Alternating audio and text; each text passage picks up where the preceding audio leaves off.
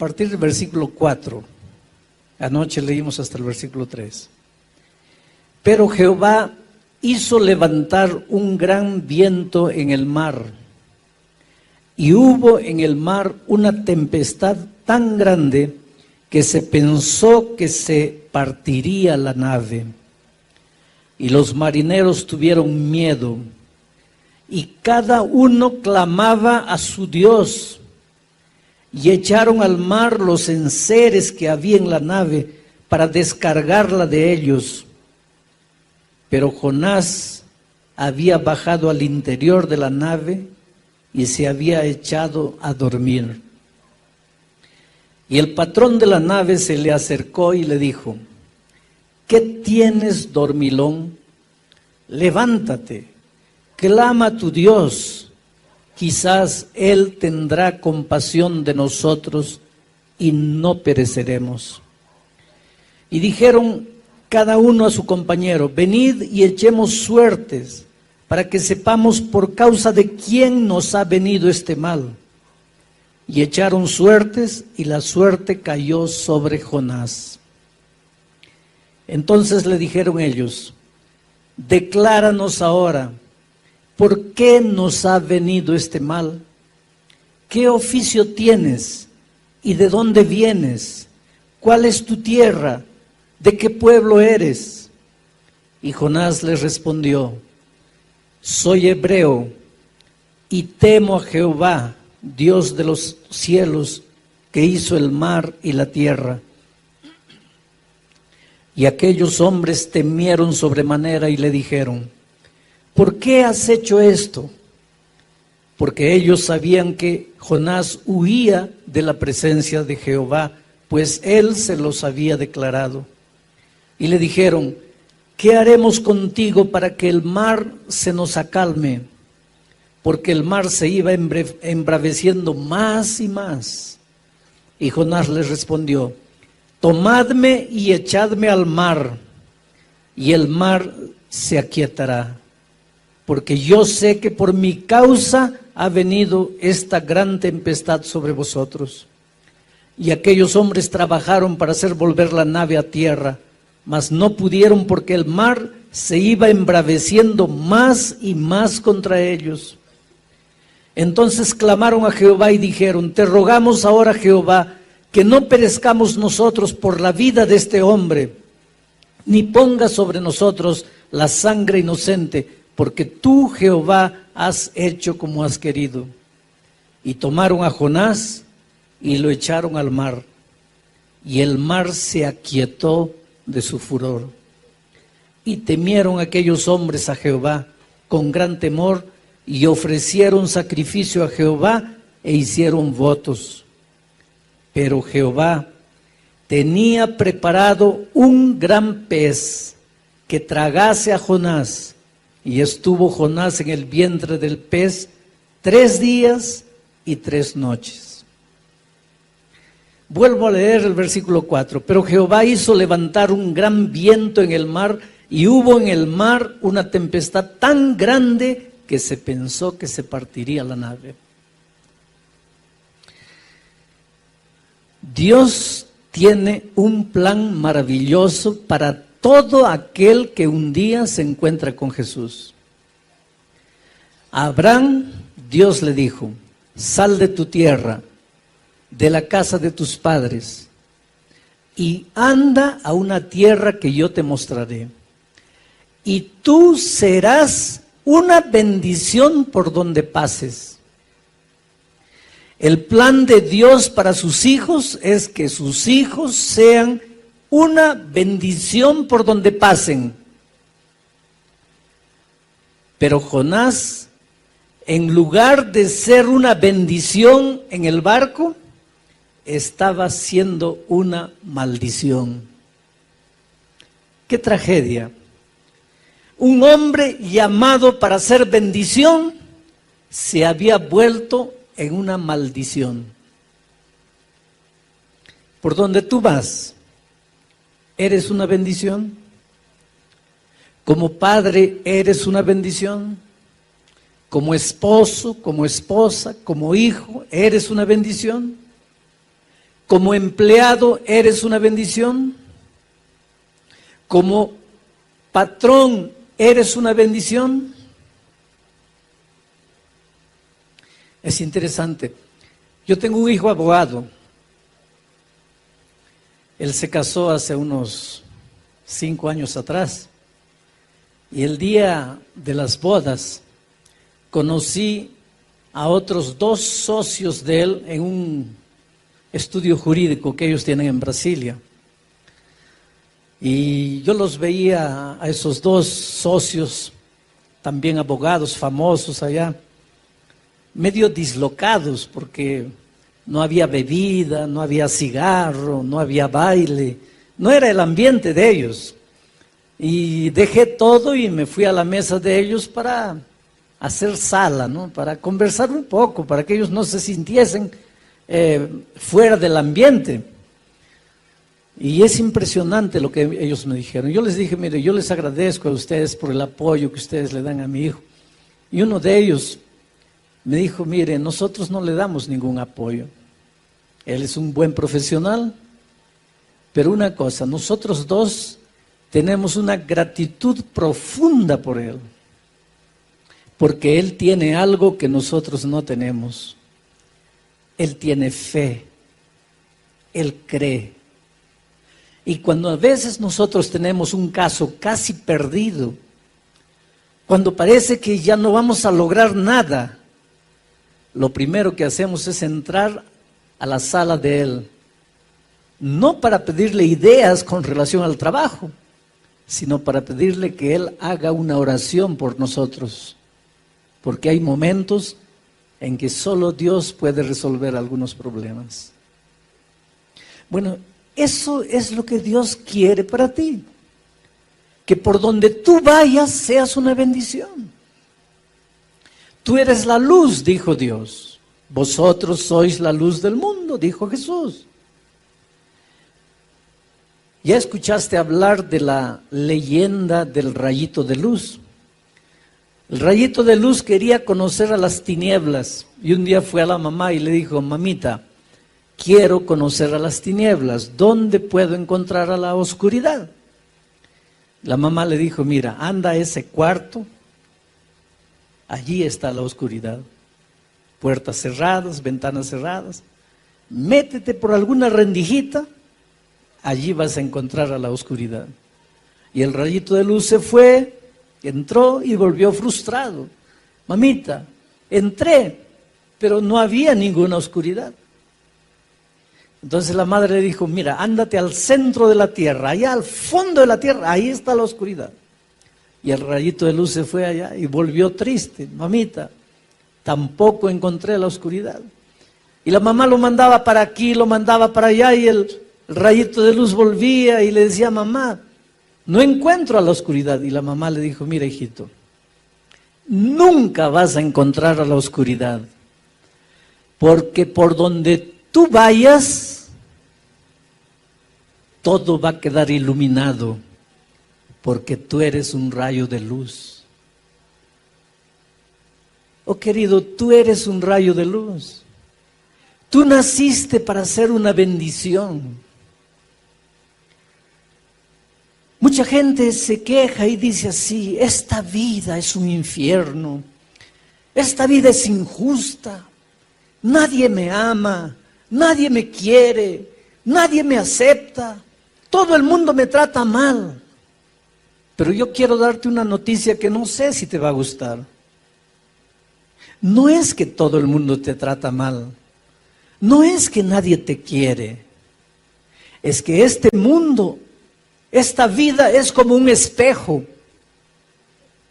Si tú vas al espejo y le sonríes, el espejo te sonríe. Si tú vas al espejo con rabia en el rostro, el espejo te va a devolver la misma imagen.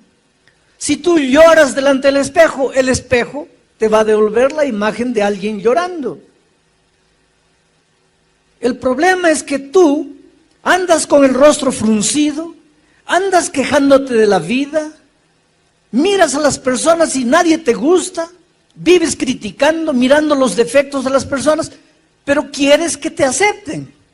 Quieres que todos se traten bien.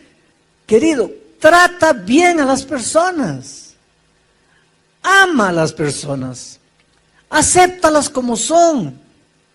Tú no vas a cambiar la personalidad de los seres humanos. Pero ese es muy hablador, acéptalo así hablador. Ese es muy callado, acéptalo callado. Ese es muy triste, acéptalo triste. Ese es muy nostálgico, acéptalo nostálgico. Porque cuando tú aceptes a las personas como son, las personas te van a aceptar a ti como tú eres. El problema es que nosotros queremos que las personas sean de la manera que nosotros queremos que sean. Pero si las personas cobran eso también de nosotros, ¿a dónde vamos? Jonás había nacido para ser una bendición, pero estaba haciendo una maldición. Y no estaba haciendo una maldición solo para la gente que estaba en el barco, estaba haciendo una maldición para sí mismo. Al escaparse de Dios, Jonás había perdido 4 cosas maravillosas. Y cada vez que tú no quieres compromiso con Dios, cada vez que tú corres de Dios, cada vez que tú te limitas a acompañar a Dios de lejos, pero no te acercas, no te comprometes, no te relacionas. Ahora mira, en los tiempos de Cristo, multitudes seguían a Jesucristo. ¿Cuántos comieron del pan en el milagro de la multiplicación de los panes y peces? Por lo menos unas 15,000 personas. Cuando crucificaron a Jesucristo, ¿dónde estaban esas 15,000 personas que comieron el pan que Jesús multiplicó? Es que eran personas que seguían a Jesús así de lejos, sin compromiso. Está distribuyendo pan, llego cerca. Está curando, voy allá. Está dando alguna bendición, corro, pero no quiero compromiso. Un paso siempre atrás. Siempre la humanidad fue así. Pero cuando tú vives distante de Jesús, cuando no quieres comprometerte, pierdes 4 cosas. Las 4 cosas que Jonás había perdido cuando decidió alejarse de Dios. En primer lugar, Jonás perdió su capacidad de orar. Perdió su capacidad de orar. ¿Recuerdas cuando leí el texto? Cuando la tormenta apareció, cuando el problema apareció, dice que cada uno de los marineros oraba a un Dios diferente. Cada uno tenía su Dios y cada uno clamaba a Dios. Yo creo que el jefe de los marineros convocó a una noche de oración especial, una reunión especial de oración para que Dios calme la tempestad. Y cada uno oraba a un Dios extraño. Ahora, la única persona que conocía al Dios verdadero, creador de los cielos y la tierra, dormía. Jonás, en la historia, es el primer cristiano que se durmió en una reunión de oración. Se bajó allá abajo y se echó a dormir. Si tú me haces una pregunta esta tarde, pastor, ¿cómo sé que me estoy alejando de Dios? Yo te respondo, cuando empiezas a perder tu capacidad de orar, cuando empiezas a orar poco, te estás alejando de Dios. Pero pastor, si el sábado estuve en la iglesia, no importa. Pero pastor, si yo soy anciano, no importa. Pero pastor, si yo pasé la lección de la escuela sabática, no importa. El hecho de que vienes a la iglesia no mide tu comunión con Dios. El hecho de que tienes un cargo en la iglesia no mide tu comunión con Dios. Lo que mide tu comunión con Dios es tu capacidad de orar. Y la primera evidencia de que te estás alejando de Dios es que te da menos y menos ganas de orar. Y cuando tú no oras puedes estar en la iglesia, pero estás solo en la vida. Y cuando la tormenta viene, ¿qué haces? ¿A dónde vas?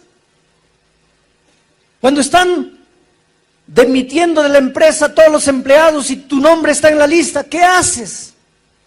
Cuando tu hogar se está destruyendo, ¿qué haces? Cuando estás adeudado o endeudado hasta el cuello, ¿qué haces? Porque si tú no estás orando, estás lejos de Dios. La única manera de saber que estás con Dios es si todos los días estás pasando tiempo en oración, abriendo tu corazón y dependiendo de Dios. Pero Jonás había perdido su capacidad de orar. Como consecuencia de haber perdido la capacidad de orar, Jonás empezó a perder la sensibilidad espiritual. Jonás dormía. Y cuando tú estás durmiendo, estás víctima de tus enemigos, a merced de tus enemigos. Cuando estás durmiendo, hasta un niño te puede matar. ¿Por qué? Porque durmiendo no puedes defenderte. Al alejarse de Dios, Jonás estaba perdiendo la sensibilidad espiritual. Mira, todos los marineros en el barco se daban cuenta que había un problema. Jonás no. Jonás dormía. Los marineros en el barco agarraban las cosas y arrojaban al mar para que el barco no tuviese mucho peso, a fin de que continuase flotando. Los marineros se esforzaban, los marineros luchaban, los marineros miraban al cielo, pensaban, ¿qué está pasando? Ahora el único que tenía conciencia de lo que pasaba, dormía. Había perdido la sensibilidad espiritual. ¿Sabes que lidiar con cosas espirituales es una bendición, pero puede transformarse en una maldición? Porque podemos familiarizarnos tanto con las cosas espirituales que pasan a ser rutinarias. Dejan de ser especiales, dejan de ser sagradas. Tórnanse comunes, tórnanse simples. Pierdes la sensibilidad espiritual. Hay tanta violencia en el mundo, hay tanto secuestro, explosionan las torres, hay guerra, hay terremoto, hay tsunami. ¿Cuándo escuchaste hablar de tsunami? A no ser de estos últimos años. 10 años atrás, ¿sabías lo que era tsunami? Hoy día, ¿alguien no sabe lo que es tsunami? Todo el mundo. Quiere decir, algo está sucediendo en nuestro mundo. Algo está pasando. Y hay mucha gente que no conoce a Dios, que no conoce la palabra de Dios, pero se pregunta, ¿qué está pasando? Y muchos que están en la iglesia duermen. No se dan cuenta. Están perdiendo la sensibilidad espiritual. Al perder su capacidad de orar, Jonás pierde su sensibilidad espiritual. Y al perder la sensibilidad espiritual, Jonás pierde su capacidad de oír la voz de Dios. Se endurece, se adormece y duerme. Y querido, ay de ti y de mí si un día perdemos la capacidad de escuchar la voz de Dios. ¿Cómo Dios habla a tu corazón? A través de la conciencia, que saca sus conclusiones de la palabra de Dios. Pero cuando Dios te habla y no le escuchas, te sigue hablando y no le escuchas, te continúa hablando y no le escuchas, tu corazón se va endureciendo, endureciendo, y llega un momento en que Dios puede gritar a tus oídos y ya no escuchas, porque pierdes la capacidad de escuchar la voz de Dios. ¿Hace cuántos años Dios te llama? ¿Hace cuántos años Dios toca tu corazón para que le entregues definitivamente la vida a Cristo? Estaré predicando esta noche para alguien que ya tuvo momentos felices en la iglesia de Dios. Y por esas cosas de la vida hoy día estás lejos de Dios, lejos de la iglesia. ¿Cuántas veces Dios te ha llamado? ¿Cuántas veces Dios ha tocado tu corazón? ¿Cuántas veces en medio de la noche el Espíritu te ha incomodado? ¿Cuántas noches de insomnio has tenido? Porque la voz de Dios te atormenta. Pero si tú no le haces caso, y no le haces caso, y no le haces caso, llega un momento en que tu corazón se endurece y pierdes la capacidad de escuchar la voz de Dios. Ahora veamos cómo las personas tratan de resolver el problema que había aparecido aquella noche. Estaban en medio de una noche oscura y un mar embravecido. Cada uno clama a su Dios. Y después de clamar a Dios, todos los que estaban en el barco tratan de resolver el problema. En primer lugar, ellos raciocinan y llegan a la siguiente conclusión. Este problema debe haber aparecido porque entre nosotros debe haber un culpable. Y entonces ellos echan suerte. Ustedes saben que los marineros juegan cartas, juegan dados, juegan dominó. Los marineros pasan el tiempo con ese tipo de juegos de azar. Y los marineros aquella noche trataron de descubrir quién era el culpable, utilizando las herramientas que tenían en sus manos, utilizando las cosas que ellos conocían. Echaron mano del juego de azar. No es que la Biblia apruebe el juego de azar. Lo que la Biblia está mostrando es que cuando el ser humano está en problemas, trata de resolver sus problemas con lo que tiene en la mano. Ni que para eso tenga que entrar en la tradición humana que no tiene base científica ninguna. Ponte a pensar en nuestros días. La humanidad inconscientemente sabe que este barco está en peligro. La humanidad inconscientemente sabe que la embarcación llamada tierra está corriendo peligro. Y cada uno trata de resolver el problema. Unos piensan que esta tierra se va a destruir por causa del desequilibrio ecológico. Entonces vamos a concentrar todas las fuerzas en mantener el equilibrio ecológico. Y nunca en la historia se vio tantos movimientos defendiendo el equilibrio ecológico. Y claro que tiene razón de ser, pero la solución para el planeta no está ahí. Hay mucha violencia, hay mucho robo, hay mucha deshonestidad. Entonces, ¿qué debemos hacer? Vamos a construir prisiones para que todos los ladrones vayan allá. Ahora, querido, si todos los ladrones tuviésemos que ir a la prisión, no quedaría nadie afuera, porque el problema no está afuera, el problema está en el corazón humano.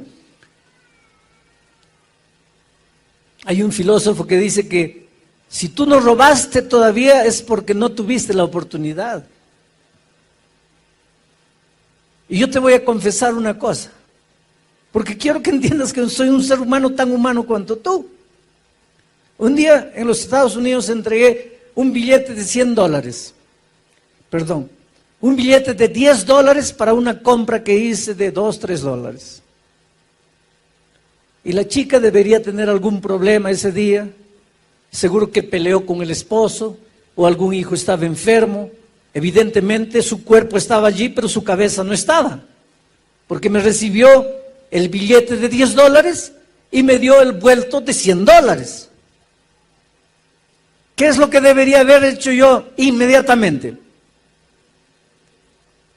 ¿Qué debería haber hecho? Devolver. Y devolví. Pero pensé 2 segundos antes de devolver. Y después me asusté. ¿Por qué tuve que pensar? ¿Por qué tuve que pensar? ¿Por qué no devolví en el acto? Como algo natural. Porque la honestidad no es natural. No es natural de nuestra naturaleza pecaminosa. Entonces, querido, el problema no está con la justicia humana, no está con la prisión, el problema está con el corazón humano. Pero cada ser humano trata de resolver el problema. El matrimonio está hundido. Vamos a intentar esto, vamos a intentar aquello, vamos por este camino. A veces entra en el terreno de la depravación, queriendo salvar el matrimonio. El problema no está allí. El ser humano, mira, hay gente que no sale de casa sin mirar el horóscopo para ver si este es mi día de suerte o no, si hoy día me va bien, me va mal. Ponte a pensar un poquito, ¿qué tiene que ver el astro que está ya millones de años luz con tu vida aquí? Oh, querido, piensa un poco. Me tropecé porque mi horóscopo decía que me iba a tropezar. ¿Qué tiene que ver ese astro con el hecho que no miraste la piedra que estaba delante de tu camino? Pero el ser humano, cuando está en problemas,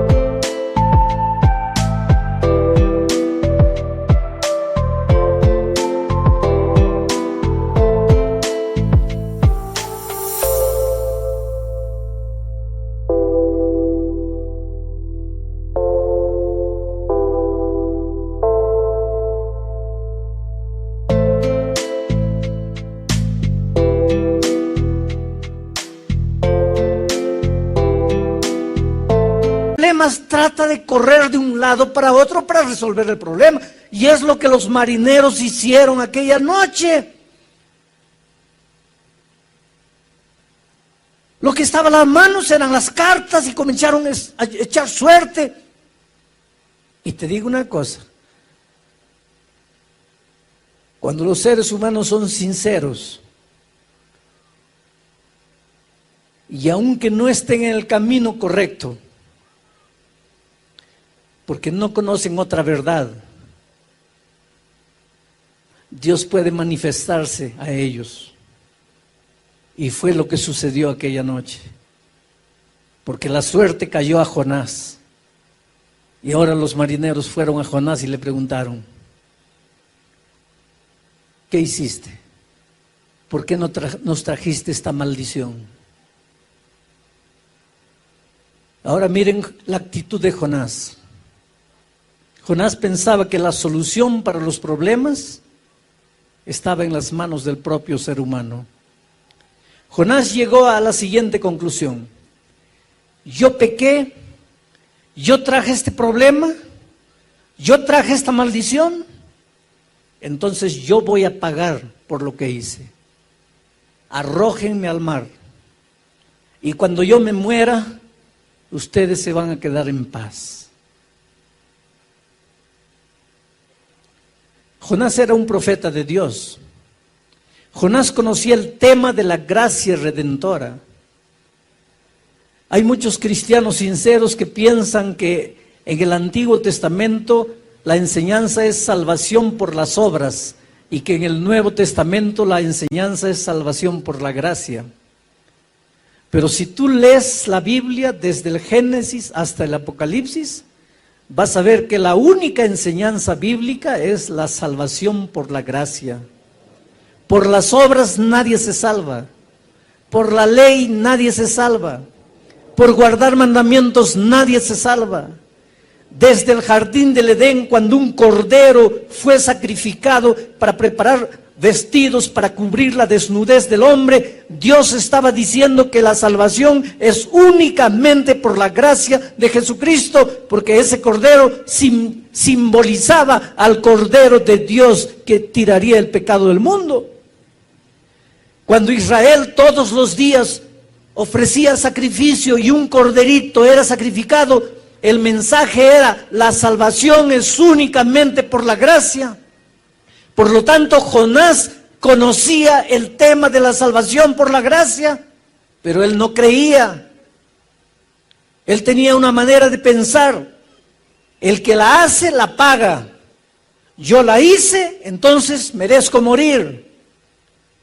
Y es verdad, queridos. La Biblia dice: por cuanto todos pecaron, están destituidos de la gloria de Dios. Pablo afirma: la paga del pecado es la muerte. Todos esta noche merecemos morir. No hay justo ni siquiera uno, dice la Biblia. No hay quien busque el bien. Está en nuestra naturaleza el pecado. Nuestra inclinación natural es hacia el mal. Por lo tanto, aquí nadie tiene derecho de ser salvo. La salvación no es por derecho. La salvación no es por merecimiento. La salvación no es porque has hecho alguna cosa buena. La salvación no es por puntos que ganaste. La salvación no es una medalla de honra que recibes. La salvación es únicamente por la gracia de Cristo. Porque Él te ama, a pesar de lo que has hecho, a pesar de tu pecado, a pesar de la vida que has vivido, a pesar de que crees o no creas. Dios te ama y quiere salvarte. Pero Jonás no entendía eso. Por ejemplo, cuando Jonás decidió escaparse de la presencia de Dios, fue porque Dios le dijo: levántate, ve a Nínive y profetiza. Y Jonás, más adelante vamos a ver eso, le dice a Dios: yo hubiera ido a Nínive a profetizar si yo hubiera sabido que tú los ibas a destruir. Pero Dios, yo te conozco y yo sé que si yo predicaba en Nínive, los ninivitas se iban a arrepentir y tú los ibas a perdonar. Y en mi opinión, esa gente no merece perdón. Por lo tanto, yo me escapé. Yo no fui a Nínive porque tú no ibas a cumplir con tu palabra. Y ahora, cuando Jonás le dijo a los marineros: arrójenme al mar, y los marineros lo arrojaron al mar, yo imagino la escena, déjenme imaginar. Jonás dando vuelta en el agua antes de hundirse. Las ondas como un remolino tratando de hundirlo. Y Jonás ya solo con la cabeza para afuera, mirando al cielo y diciéndole a Dios: ¿está viendo, Señor? Es así que se trata al pecador. Pecó, murió. Pero los ninivitas pecaron y yo sé que tú los ibas a perdonar. Entonces yo te estoy dando una clase de teología. Yo te estoy dando una lección de salvación. Es así que se trata al pecador. Oh, querido, es realmente así que se trata al pecador. Pero no es así que Dios trata al pecador. Porque si Dios te tratase como tú mereces, ¿dónde estarías tú? Si Dios me tratase a mí como yo merezco, ¿dónde estaría yo? Los marineros clamaron a Dios antes de arrojar a Jonás y le dijeron: Señor, no queremos morir por causa de la vida de un inocente. ¿Inocente? ¿Jonás era inocente? Jonás murió, o posiblemente moriría, pero no estaba muriendo por los marineros. Los marineros eran los inocentes. Jonás estaba muriendo por su propia culpa. Diferente de Jesús, que cuando murió en la cruz del Calvario, no estaba muriendo por él, porque Jesús sí era inocente. Él sí estaba muriendo por los pecadores. Él estaba muriendo por mí. Por eso, toda la eternidad no será suficiente para que yo pueda agradecer el amor maravilloso de Jesucristo.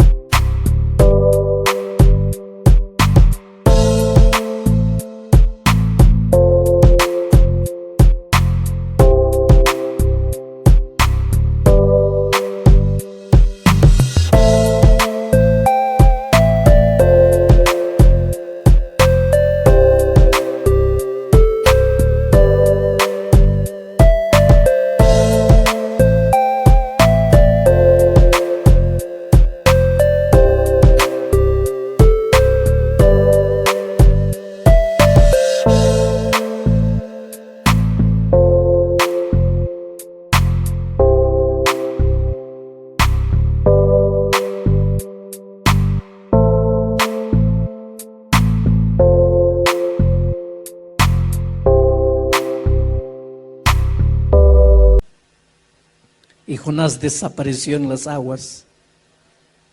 Todo el mundo pensó que había muerto. Y ahora entro a la parte final del texto de esta noche.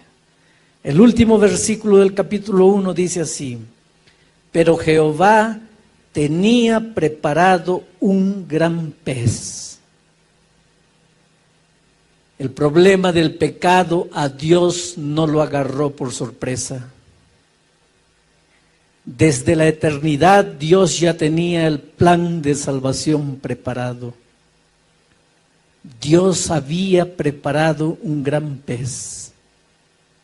Ese pez recibiría a Jonás, lo sacaría de las profundidades del mar, lo llevaría a la playa y lo dejaría salvo allí. Tú y yo somos Jonás.